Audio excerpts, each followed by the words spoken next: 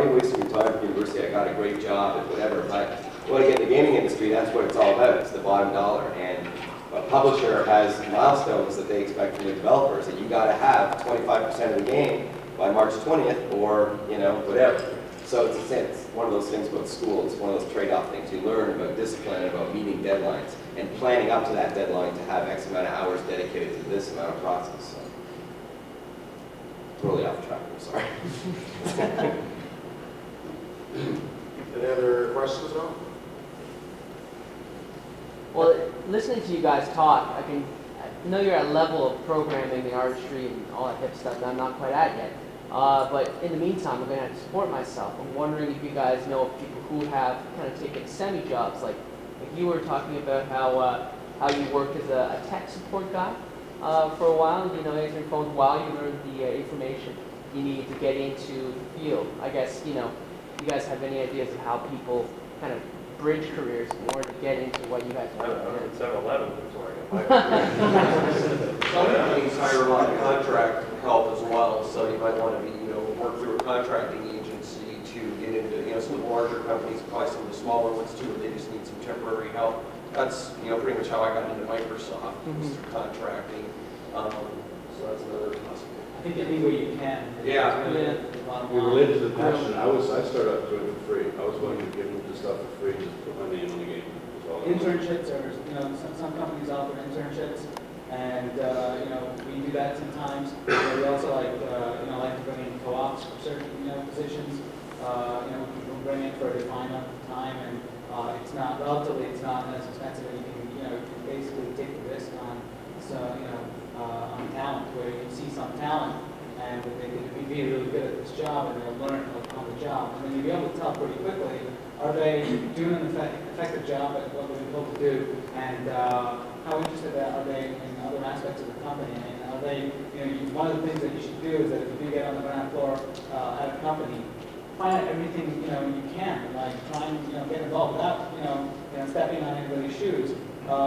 Really take an active role and have a very positive attitude, and show that interest that you're willing to do whatever it takes, because whatever it takes is so important, and people will be able to recognize you for that, and also all the time there'll be like odd jobs and stuff that comes up, and they're like, oh so and so might be able to do that. He's been like gung-ho about taking on whatever, and you get those sort of jobs, and you get that kind of experience, and you're able to build off of that.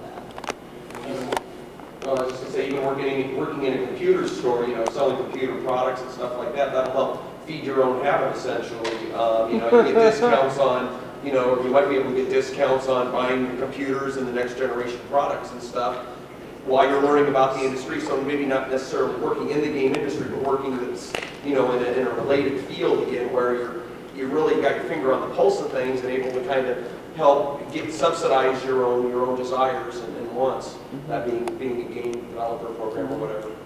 I was just going to touch on what Karthik just said. A lot of guys are in high school and you're wondering what direction to take. If you do take the path of college and Karthik said co-op, that's probably one of the things you want to look for. I mean, internships are great, and a lot of times you say, hey, I'll work for free, and the guy will listen to you, and maybe you can get in, and they'll say, sure, you can get me coffee, whatever. But I mean, the actual co-op foundation in schools have a lot of deep roots in a lot of local companies wherever they're stationed. And a lot of times it's actually fit into the curriculum. I mean, I went to RIT, which works on trimesters, and by the time you're junior, you do like double co-ops. You're gone for, 9 months at a company. And if you do like all these other guys said, whether it's a job, internship, or a co-op, if you get in the door and you work for them, do more than what they just hired you for. Obviously, try to learn from the guys that are there, put in the extra effort. If there's something that's slagging in another department, offer to help or come in for extra hours, whatever. Because ultimately, these people might want to hire you when you're done, or you might be able to use them as resources to go to the country or wherever. You have contacts you can build off of that. Just co-ops are great. I mean, if you guys are looking for them. And I don't know if there's any artists out there, but the other thing is, if you are an artist and you're looking for that, look for a school that obviously has computers and the software, like the high-end stuff, like Alias Wavefront stuff, down to Soft Image or 3D Studio Max. Buy the stuff and play as much as you can. So.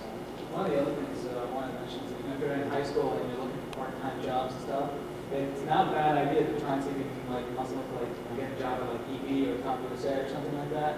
Just because you're working in the business at the retail level, but you start to get a really good understanding of what's going on. You're talking with customers and stuff, and try to understand like the market and the industry from that perspective, because that just goes such a long way. Because you kind of get a better perspective, not just from being in front of a monitor and playing games, but you get to like understand who's buying these games and what kind of games they're buying and all that kind of stuff.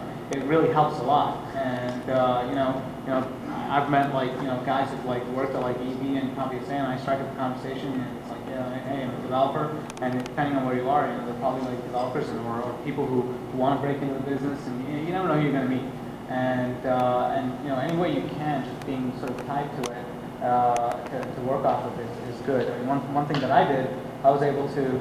I worked all sorts of odd jobs and stuff, but then I wound up, getting a job, with tech support to some degree. But I also was able to do those trade shows, and that was just invaluable because that's how I, built a big roster of contacts and making friends who people who will help out, people who know people, that kind of thing, and whatever it takes, really.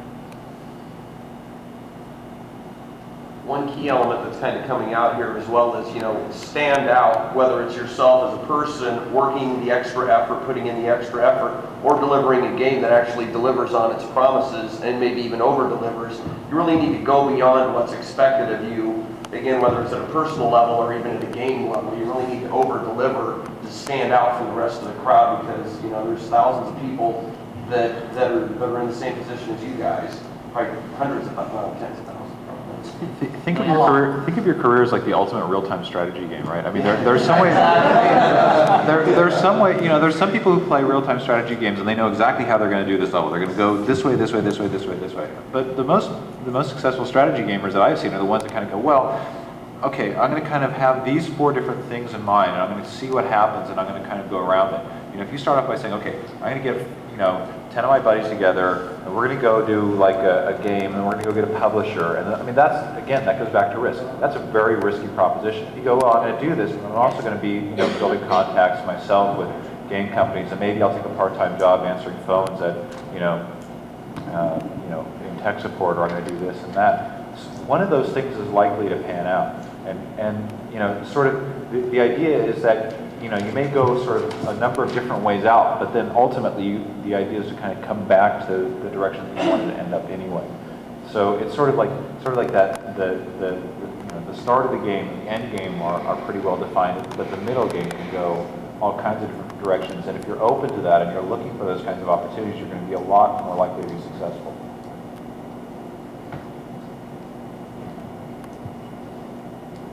Any other questions at all? No? Anybody else have anything they'd like to share? Just one quick question. Sure. How many people actually were at one point or another part of a bunch of high school kids who wanted to make a company? I was. One? Just do you guys? Sure. All right. Thanks. It can be done.